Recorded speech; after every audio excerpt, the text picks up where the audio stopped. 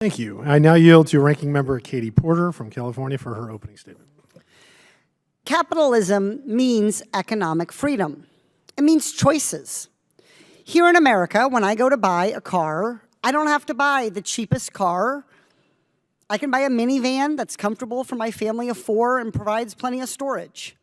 In our capitalist system, I'm glad that I don't have anyone powerful telling me what I should like or what I should buy. If the product is safe for the marketplace, I can choose it. I'd like anyone here who thinks we should have less economic freedom to please raise their hand. Republican or Democrat, it seems like everyone is comfortable with letting consumers pick what they want, how they want, from a marketplace of responsible goods and services.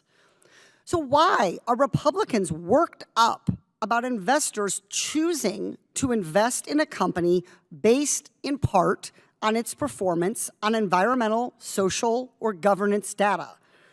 Republicans want to force Americans to pick our investments based on dollars and cents alone.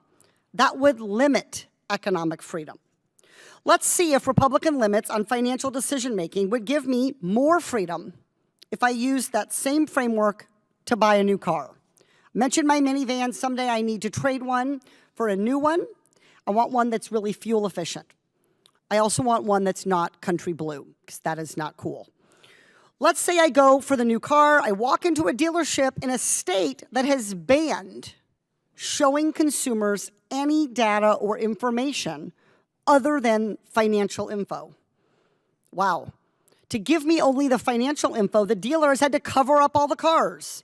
I see a sign that shows me things like price and expected depreciation. But I can't see the color, the model, the fuel efficiency, whether it was made in America, because those are not directly related to its value. I'm struggling to figure out how to find the environmentally friendly minivan that I want without any fuel efficiency information. I would struggle to find a truck that was made in America paying the highest cost for good workers in my district if they ban data on labor. Republicans say none of those things should matter to me. According to them, the cost alone should guide me to what I value. So I find a few covered up cars in my price range and I buy one that depreciates the slowest, because that's the only information that I have. I cross my fingers and I hope that I get the car that I value the most. I uncover the car to drive off the lot.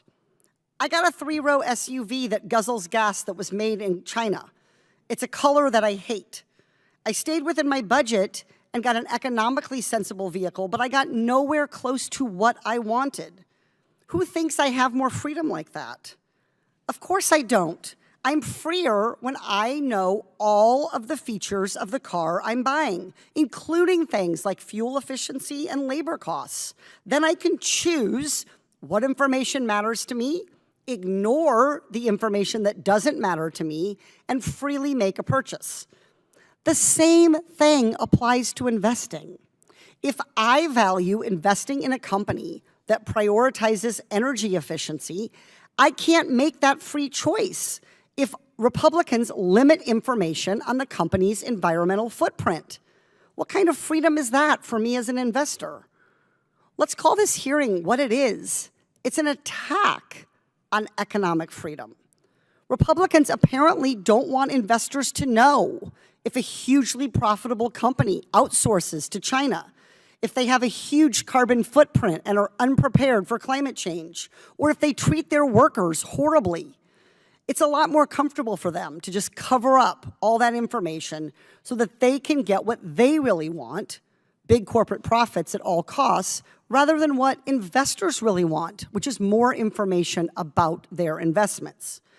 The uncomfortable truth is that withholding ESG information from the market means denying investors the freedom to decide where they want their dollars to go.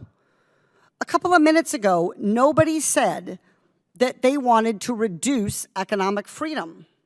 So let's not be hypocrites. Let's not use this hearing to reduce economic freedom for investors. I yield back.